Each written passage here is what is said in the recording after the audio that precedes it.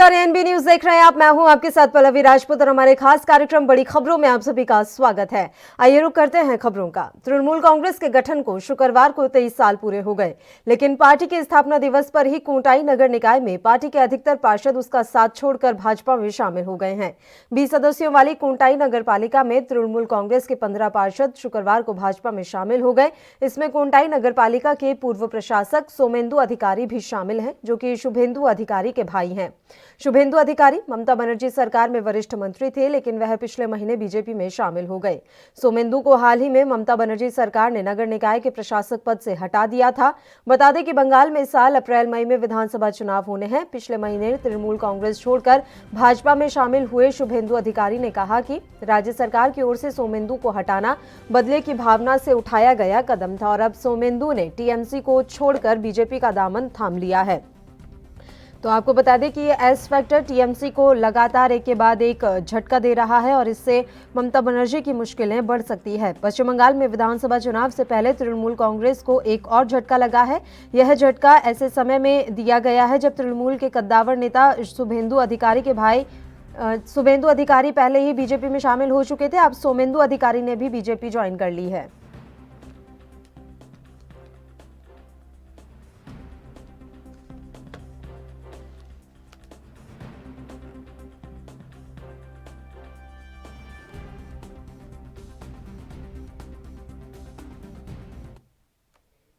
और इस मसले पर चर्चा के लिए इस समय दो मेहमान हमारे साथ जुड़ गए हैं। दीपक पटेल जी, जो कि भारतीय जनता पार्टी से हैं, और डॉक्टर दयाशंकर जी, जो कि टीएमसी से ताल्लुक रखते हैं। दोनों का बहुत बहुत स्वागत है एएनबी न्यूज पर। डॉक्टर दयाशंकर, पहले आपके पास आना चाहेंगे। तृणमूल कांग्रेस के गठन को शुक्रवार को 23 साल पूरे हो गए और उसी दिन बड़ा झटका लग गया। 15 नेता साथ छोड़कर चले गए। ऐसा क्यों? एक के बाद एक टीएमसी का साथ क्यों छोड़ रहे हैं टीएमसी के नेता? सर्वप्रथम मैं अपने पार्टी की संस्थापना दिवस की तरफ से सभी लोगों को बधाई देना चाहता हूं जी। जो लोग जहां भी गए हों वो खुशी से अच्छा कार्य करें, देश हित में कार्य करें, जनता के लिए कार्य करें। स्वहित में कार्य करने वाला व्यक्ति कहीं भी चला जाए, न तो खुद का भला करता है, न तो देश का भला करता है, न तो जनता का भला करता है। जो कहीं भी जाए जनता के हित में काम करे, पब्लिक हित में काम करे। सिर्फ मन की बात करना, लोगों को गुमराह करना ठीक नहीं है और जनता के हित में काम करना चाहिए। लेकिन लोग पार्टी अपने हित के लिए बदल रहे हैं, तो उसमें कोई तृणमूल कांग्रेस को दिक्कतें नहीं है। ये स्वाभाविक चीज है। जब भी चुनाव आते हैं पूरे देश में, किसी भी प्रदेश का चुनाव हो, लोग एक पार्टी से दूसरी पार्टी में नेता आते जाते रहते हैं, लेकिन इतनी बड़ी संख्या में भी नहीं आते जाते हैं डॉक्टर सिंह, और वो भी इतना एंड मौके पर। आप खुद जान रहे हैं कि अब ज्यादा वक्त नहीं है चुनावों को। इतनी बड़ी संख्या में एक के बाद एक कई नेता आपका साथ छोड़ रहे हैं। संख्या क्या है? काफी लोग आएंगे, बीजेपी से इधर आएंगे या किसी भी पार्टियों से आते जाते रहते हैं, ऐसा कोई फर्क थोड़ी पड़ता है। ठीक है, दीपक जी का भी रुख कर लेते हैं। डॉक्टर सिंह, वो भी हमारे साथ जुड़े हुए हैं, भारतीय जनता पार्टी से हैं। दीपक जी, वो कह रहे हैं कि चुनावों के समय इस तरह से एक दूसरे पार्टियों में आना जाना लगा रहता है, तो क्या भारतीय जनता पार्टी से भी कोई टीएमसी में जा रहा है? ये तो आपके आंकड़े स्वतः ही बता रहे होंगे। पश्चिम बंगाल में ममता जी की सरकार की नींव हिल चुकी है। अभी लोकसभा के चुनाव में जो मैंडेट दिया वहां की जनता ने, उससे स्पष्ट दिखाई पड़ रहा है कि इस बार पश्चिम बंगाल की सत्ता में परिवर्तन होना है और भारतीय जनता पार्टी को कोई झंडा धोने वाला तक नहीं है बंगाल में।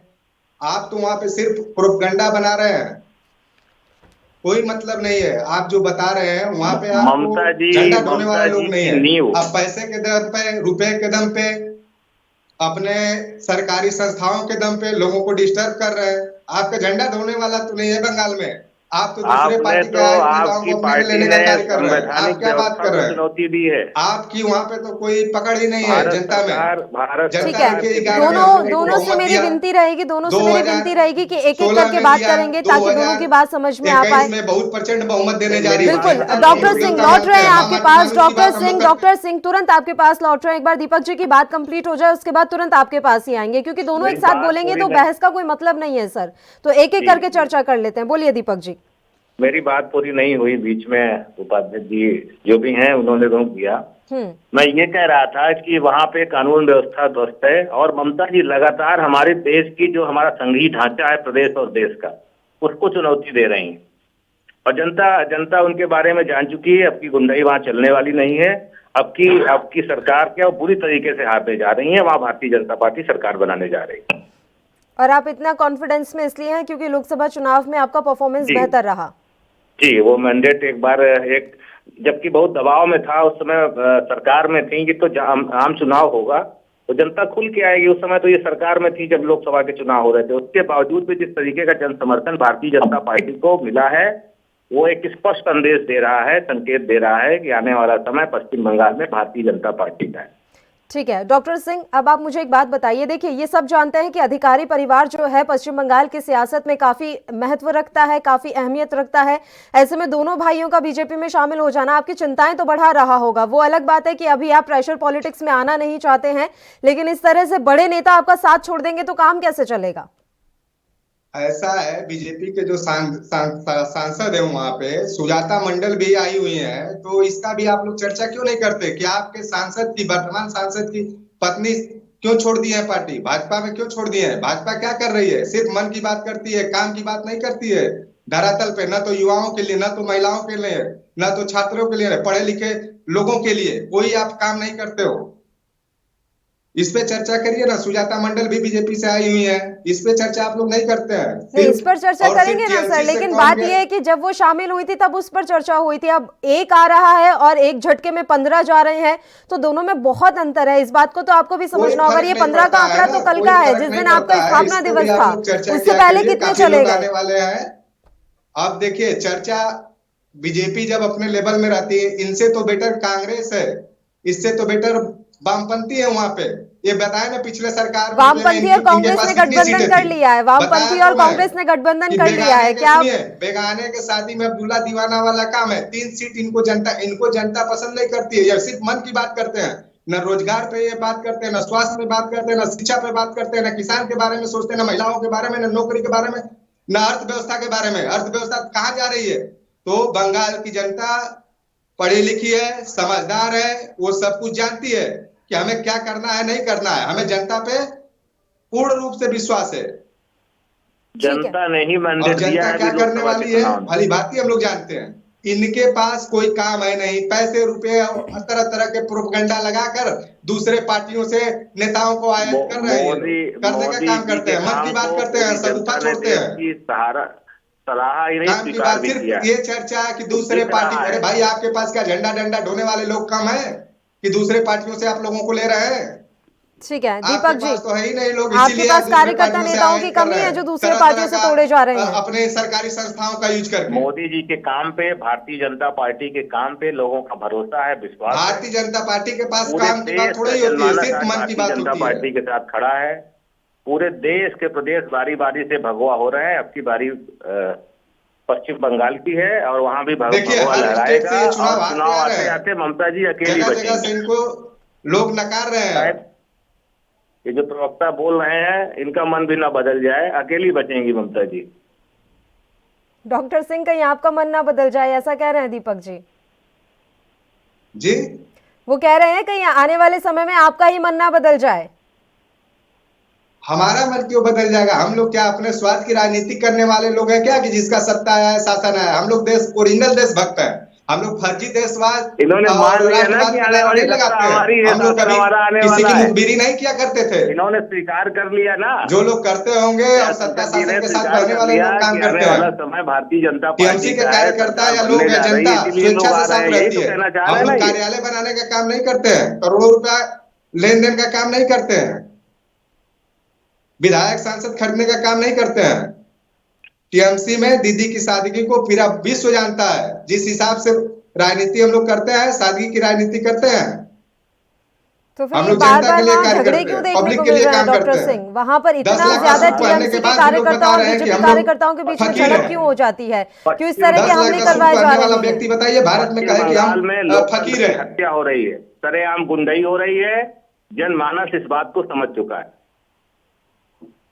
नहीं, लोकतंत्र की हत्या तो सर देखिए, ये तो फिर कांग्रेस वाली बात आपने कर दी कि लोकतंत्र की हत्या की जा रही है, लोकतंत्र खतरे में अरे है। लोकतंत्र की बिल्कुल। हत्या तो ये लोग कर रहे हैं। ये बताइए ना, पश्चिम बंगाल कांग्रेस की की बात कर रहा संस्थापना हूं मैं। दिवस था, लोग यहाँ अभी पे हमारे अपना राष्ट्रीय संस्थापना अध्यक्ष दिवस आदरणीय मना रहे JP थे, ये नड्डा लोग पहले उन तो लोगों को दोनों एक गिरफ्तार साथ कर रहे मत हैं। बोलिए, आप दोनों एक साथ बोल रहे हैं, दोनों की बात ही नहीं समझ में आ रही है। एक एक करके बात करेंगे। डॉक्टर सिंह पहले आप बोल लीजिए, उसके बाद मैं दीपक जी के पास जाऊंगी। बोलिए डॉक्टर सिंह। कह रहा हूं, ये लोग संविधान की हत्या कर रहे हैं।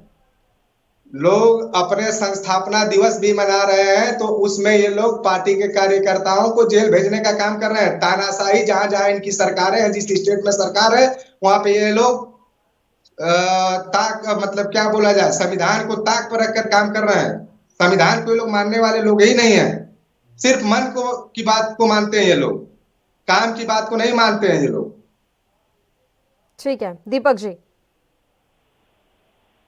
पश्चिम बंगाल की सरकार इकलौती सरकार है देश में जिन्होंने हमारे देश का जो संघीय ढांचा है, जिसमें देश और प्रदेश के अधिकार तय किए जाते हैं, उसको नष्ट करने का काम किया। अपने क्षेत्राधिकार से आगे बढ़कर जिस तरीके से वहां की सरकार काम कर रही है, इनका जाना सुनिश्चित है। इसीलिए घबराए हैं, जो फूल जलूल फिजूल जो भी हो सकना पड़ रहा है वो कर रहे हैं, लेकिन इनके अपने मंसूबे पे कभी कामयाब होने वाले नहीं। दीपक जी, लेकिन बात यहाँ पर यह है कि लोकसभा का चुनाव विधानसभा के चुनाव से काफी अलग होता है, ये बात आप भी जानते हैं। लोकसभा का चुनाव जो है देश के मुद्दों पर लड़ा जाता है, विधानसभा का चुनाव जो है लोकल मुद्दों पर लड़ा जाता है। ठीक है, आप महापुरुषों को सम्मान दिलाने के नाम पर चुनावी मैदान में आए तो हैं, लेकिन इसके अलावा और कौन से मुद्दे हैं? आप बार बार कह देते हैं कि वहां पर लोकतंत्र की हत्या हो रही है, वहां पर अभी जो है कानून व्यवस्था ठीक नहीं है। इसके अलावा कौन से मुद्दे हैं? डॉक्टर सिंह, मैं लौट रही हूँ आपके पास, एक बार दीपक जी का जवाब ले लें दीजिए। देखिए, सबसे बड़ा मुद्दा तो वहां वही है जिसका आपने अभी जिक्र किया। लगातार अभी हमारे राष्ट्रीय अध्यक्ष जी वहां गए थे, उसके साथ भी इन लोगों ने अभद्रता करने का प्रयास किया। क्या लोकतंत्र में कोई व्यक्ति अपनी पार्टी दल का प्रचार नहीं कर सकता? वो नहीं जाएगा वहां।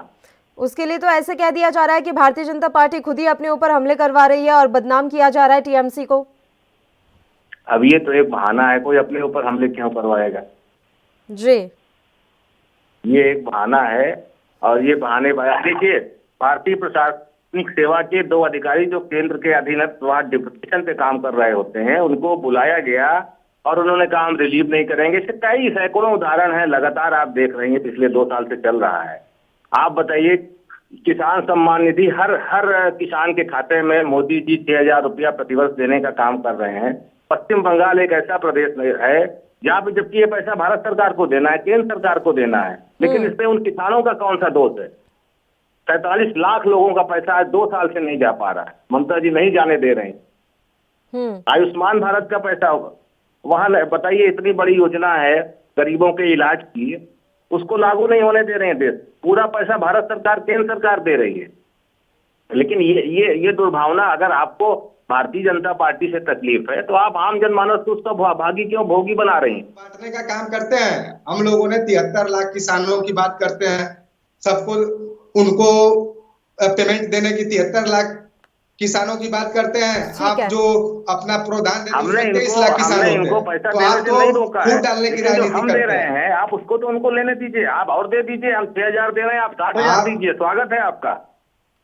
ठीक है डॉक्टर सिंह, आपका जवाब लूंगी मैं आके। तुरंत अभी लौटना है, एक छोटे से ब्रेक के लिए हमें यहाँ रुकना है। ब्रेक के बाद तुरंत आपके पास ही लौटूंगी, फौरन हाजिर हो रहे हैं।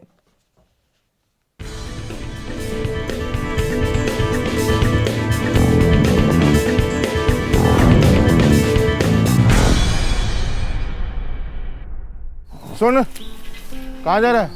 मार्केट जाना होगा, बाहर सब खुला हुआ है। मास्क कहाँ है तेरा? मास्क इधर। लॉकडाउन खत्म हुआ है, कोरोना से लड़ाई खत्म नहीं हुई है। जब भी घर से बाहर निकलो तो मास्क पहन के निकलो। बार बार साबुन से हाथ धोते रहो या अल्कोहल के सैनिटाइजर से। जब भी किसी से बात करो, मार्केट में जाओ, कहीं भी जाओ, कम से कम 2 गज की दूरी रखो। खांसी हो, बुखार हो या सांस लेने में तकलीफ हो, तुरंत कोविड हेल्पलाइन नंबर 1075 या 8558893911 पर तुरंत कॉल करो। मास्क ना हो तो? मास्क ना तो गमछा लपेट लो। गमछा? हाँ, शाबाश, अब जाओ। आप भी समझदारी दिखाइए, कोरोना को हराइए।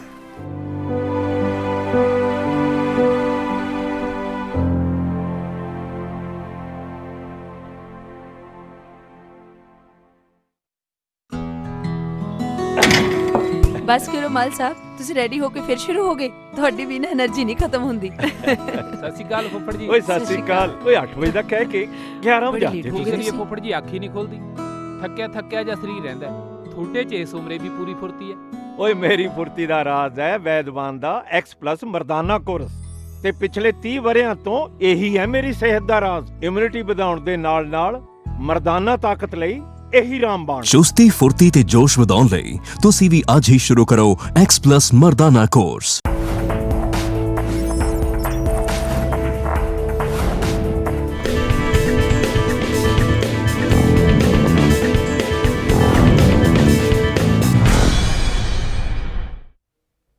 ब्रेक के बाद एक बार फिर से आप सभी का स्वागत है। आपको बता दें कि टीएमसी के एक के बाद एक कई कार्यकर्ता नेता उनका साथ छोड़कर भारतीय जनता पार्टी में शामिल हो रहे हैं और अब राज्य में विधानसभा चुनाव में ज्यादा वक्त नहीं बचा है। ऐसे में टीएमसी को कई बड़े झटके लग रहे हैं। एक बार फिर से बड़ा झटका टीएमसी को देखते हुए अधिकारी परिवार का एक और सदस्य भारतीय जनता पार्टी में शामिल हो गया। आपको बता दें कि शुभेंदु अधिकारी के भाई सोमेंदु अधिकारी भी इस समय भारतीय जनता पार्टी को ज्वाइन कर चुके हैं, जिसे टीएमसी के लिए एक बड़े झटके के तौर पर देखा जा रहा है।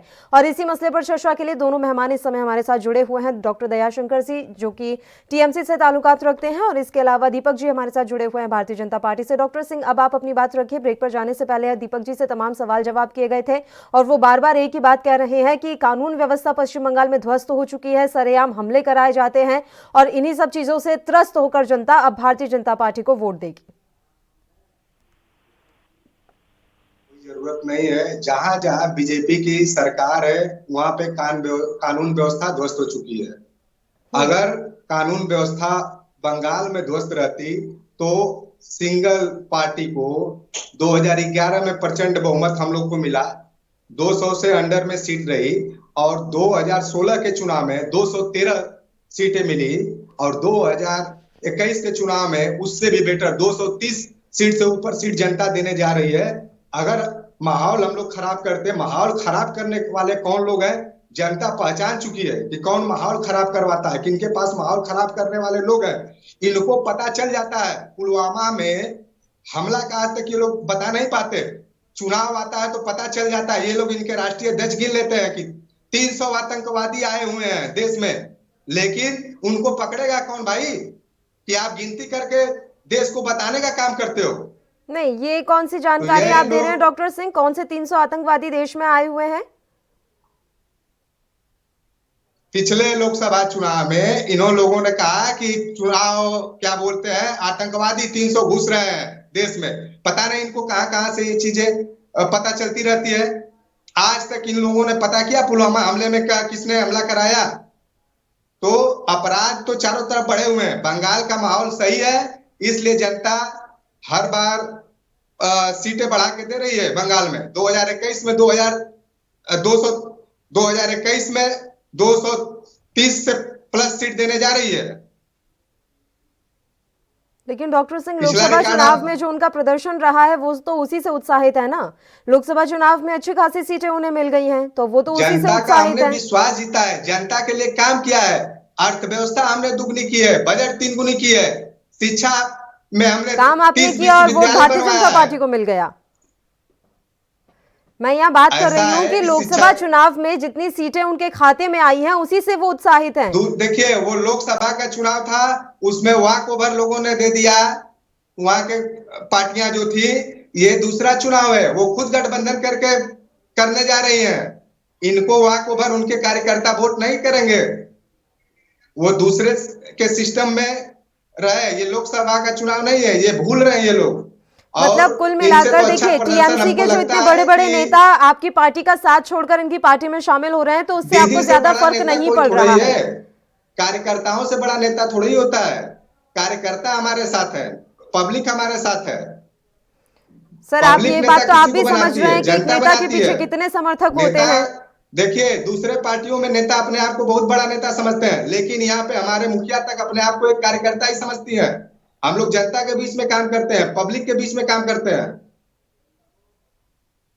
ठीक है, जनता हमसे डायरेक्ट जुड़ी है, कार्यकर्ता डायरेक्ट जुड़े हुए हैं हमारे पार्टी से। ठीक है दीपक जी, आप कितने भी बड़े उनके नेता मंत्रियों को अपनी पार्टी में शामिल करवा लीजिए, लेकिन कार्यकर्ता जो हैं उनसे जुड़े हुए हैं और इसका फायदा उन्हें आसानी से पहुंच जाएगा। आप जो इस तरह से उनके मंत्री तोड़ रहे हैं, उनके हिसाब से इसका कुछ हो नहीं पाएगा। ये भ्रम और मुगालते में जी रहे हैं और अपना मन बहला रहे हैं। इसके ज्यादा और कुछ भी नहीं कहूंगा। पश्चिम बंगाल का आवाम वो मन बना चुका है। आप देख रहे हैं हमारे रोड शोज हो रहे हैं, हमारे बड़े नेताओं के रैलियां हो रही हैं, मीटिंग हो रही हैं और अपार जनमानस उमड़ रहा है। एक संकेत दे रहा है कि आने वाला समय पश्चिम बंगाल में भारतीय जनता पार्टी का है, वहाँ भारतीय जनता पार्टी सरकार बनाने जा रही है। अभी इन्होंने एक पुलवामा हमले का जिक्र किया, मुझे आश्चर्य हो रहा है इनकी अज्ञानता पर कि अभी जो पुलवामा हमले के बाद अभी पाकिस्तान की पार्लियामेंट में इस पर चर्चा हुई थी और वहाँ की सरकार ने इसका श्रेय लिया था, यहाँ हमने कराया। आपने भी, आप तो मीडिया से जुड़ी हैं जी, वाकिफ होंगी कि वहाँ के एक सांसद ने, इमरान खान पार्टी के एक सांसद ने, उन्होंने पार्लियामेंट के अंदर ऑन रिकॉर्ड ये स्वीकार किया था कि पुलवामा हमला इमरान खान जी की देन थी और हम उसके लिए उनको श्रेय देते हैं, बधाई देते हैं।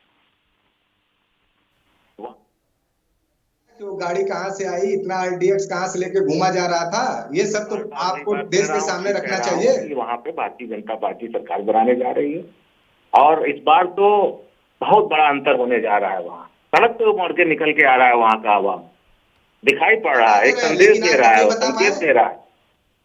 कुछ नहीं बचा वहाँ पर। अगर चुनाव की तिथि घोषित हो जाए, परिणाम आएगा तो आप कुछ महसूस करेंगी जो मैंने कहा था ये, और भारतीय जनता पार्टी की सरकार वहाँ बने। किसानों का मसला उठा रहे हैं डॉक्टर सिंह, वो कह रहे हैं कि किसान शहीद हो रहे हैं, आप उन पर ध्यान दे लीजिए।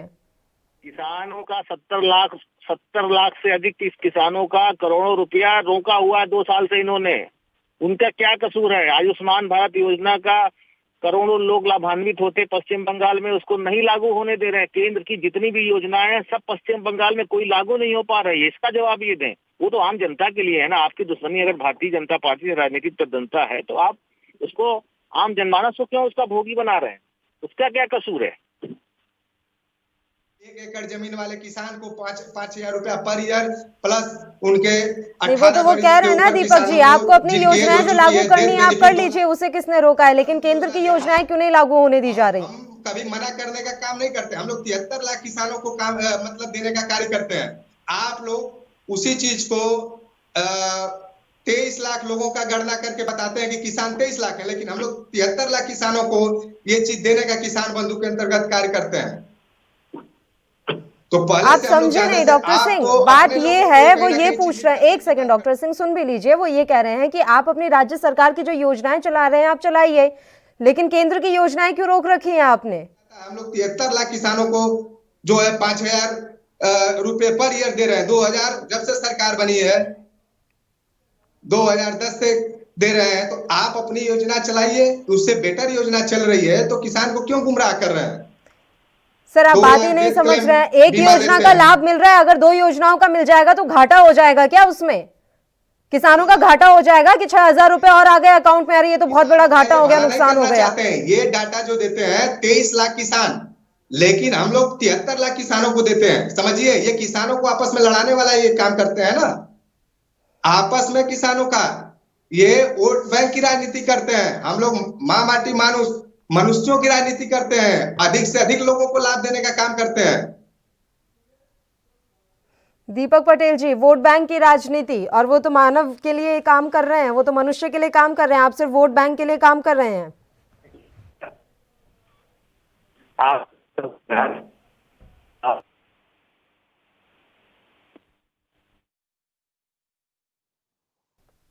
दीपक जी, मेरी आवाज पहुंच रही है आप तक?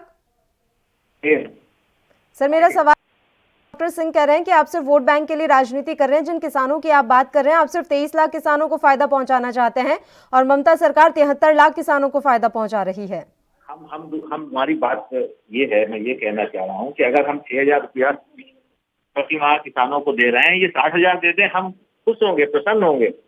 हम क्रिटिसाइज नहीं करेंगे इनको, लेकिन लागू तो होने दें। तो वो तो मना कर रहे हैं ना सर, आप समझ नहीं रहे हैं। वो ये कह रहे हैं कि 73 लाख किसान है और आप सिर्फ 23 लाख किसानों को फायदा पहुंचाना चाहते हैं, आप किसानों को लड़वाना चाहते हैं। विरोध किए हैं। लाख की संख्या है पूरे देश में, 10 करोड़ लोग जो भी पात्र है सबको दिया जा रहा है। आप उत्तर प्रदेश को ही ले लें, ऐसा कोई पात्र व्यक्ति नहीं है जो इस योजना का जिसको लाभ नहीं मिला 10 सालों में। ये 6 सालों में बताइए ना, 2 करोड़ सबको हर योजना मोदी की योजना जन जन तक पहुंची है, इसीलिए पूरा देश आज उनके साथ हमारे यहाँ 15% पहली जो है सरकार है जिसका सीधा लाभ कंपनियां, छोटे कुटीर उद्योग लगे में जा रहा है, उसके पास जा रहा है। ये हमारी रिपोर्ट नहीं है, ये MSME की है। डॉक्टर सिंह, ये जो तमाम बातें आप यहाँ रख रहे हैं, जनता तक पहुंचा पाएंगे आप? वो जिस तरह से अपनी इस समय जिस तरह से फील्डिंग लेकर बैठे हुए हैं, कि आप जनता तक पहुंचा पाएंगे? आप अपने नेताओं को क्यों नहीं समझा रहे हैं? सबसे बड़ी बात ये है। जनता हम लोग के साथ है। डॉक्टर सिंह, आप अपने नेताओं को क्यों काम नहीं समझा पा रहे हैं? काम करने वाले लोगों के साथ इतनी तेजी से गुमराह करने वाले, सगुफा छोड़ने वाले लोगों को झूठी बातों पे, ये कभी कह तो रहा हूं कि अर्थव्यवस्था पे बात करें, शिक्षा पे बात करें, स्वास्थ्य पे बात करें, भोजन पे बात करें, घर पे बात करें, किसानों पे, महिला सशक्तिकरण पे, नौकरी पे बात करें, दलितों और पिछड़ों पे बात करें, सामाजिक सुरक्षा पे बात करें। इन सबों पे 10 बिंदु में गिना रहा हूं, किसी पे बात करते नहीं है। ये तो सिर्फ और सिर्फ आपस में लोगों को, मानवों को आपस में लड़ाने की बात करने लगते हैं। मंदिर, मस्जिद, पाकिस्तान, ये सब बातें शुरू करते हैं। मैं 10 बिंदु बता रहा हूं, क्यों नहीं बात करते? तो जनता को हमने ये 10 कार्य किया है, उसी से जनता वहां की प्रसन्न है, जनता साथ में है, और गुमराह करने से होता नहीं है। समय की कमी है सर। दीपक जी से मुझे आखिरी कमेंट लेने दीजिए। वो जैसे ही बोलते हैं आप भी बोलना शुरू कर देते हैं, उनकी बात ही नहीं कंप्लीट हो पा रही है। दीपक जी, आपका आखिरी कमेंट चाहूंगी मैं इस मसले पर। मैंने पहले भी कहा है, अभी भी कह रहा हूँ कि पश्चिम बंगाल में आने वाला समय भारतीय जनता पार्टी का है। वहाँ स्पष्ट बहुमत से, 2/3 बहुमत से भारतीय जनता पार्टी की सरकार बनने जा रही है, और ममता जी चुनाव होने तक अकेली रह जाएंगी। उनके दल में जितने भी भले लोग हैं, कोई वहाँ टिकने रुकने बचने वाला नहीं है। ये जनता का संदेश हमारे जो अभी डॉक्टर जी दे रहे थे टीएमसी के, कि पहले अपने नेताओं को रोक लें, फिर जनता को रोक पाएंगे। कोई रुकने वाला नहीं है। उनकी पोल खोल चुकी है, वो बेनकाब हो चुकी है ममता जी, और आने वाला समय भाजपा का है। धन्यवाद। बिल्कुल डॉक्टर सिंह, आपकी आखिर सर सुन लीजिए, वो जो बोल रहे हैं वो सुन तो लीजिए। आप सुन तो रहे नहीं है और सिर्फ बोले जा रहे हैं, ऐसे कैसे काम चलेगा सर? सुनना भी तो पड़ेगा। चोर होते हैं, बेईमान होते हैं, वीडियो आप डिलीट कर देते हैं। आपके पार्टी में सम्मिलित होता है तो वीडियो आप डिलीट कर देते हैं, तुरंत उस नेता का वीडियो डिलीट करते हैं। वॉशिंग मशीन की तरह, भारतीय वॉशिंग मशीन बन चुके हैं आप लोग। ठीक है, और कुछ ऐसी ही बौखलाहट ममता बनर्जी में भी नजर आ रही है। जिस तरह से आप लगातार बोले जा रहे हैं सर, वैसा ही कुछ ममता बनर्जी भी कर रही हैं। और तमाम राजनीतिक पंडितों का ये कहना है कि अभी तो उन्हें धैर्य से काम लेना चाहिए, और इसी समय में इतनी बौखलाहट ठीक नहीं है, क्योंकि चुनाव बहुत नजदीक है। फिलहाल आप दोनों का बहुत बहुत शुक्रिया तमाम चर्चा के लिए। आप हमारे साथ जुड़े। तो आपको बता दें कि ममता बनर्जी को एक के बाद एक कई झटके लग रहे हैं। आज भी 15 पार्षदों ने उनका साथ छोड़ दिया, और सबसे बड़ी बात यह है कि अधिकारी परिवार का एक और सदस्य टीएमसी छोड़कर बीजेपी में शामिल हो गया है। और अधिकारी परिवार पश्चिम बंगाल की सियासत में काफी अहम है, काफी अहमियत रखता है। ऐसे में अब देखना यही रहेगा कि अधिकारी परिवार कितना नुकसान टीएमसी को पहुंचाता है, ये खैर आने वाला वक्त बता ही देगा। इसी के साथ इस बुलेटिन में इतना ही। मुझे दीजिए इजाजत। देश प्रदेश के तमाम ताजा खबरों के लिए आप बने रहिए हमारे साथ। नमस्कार।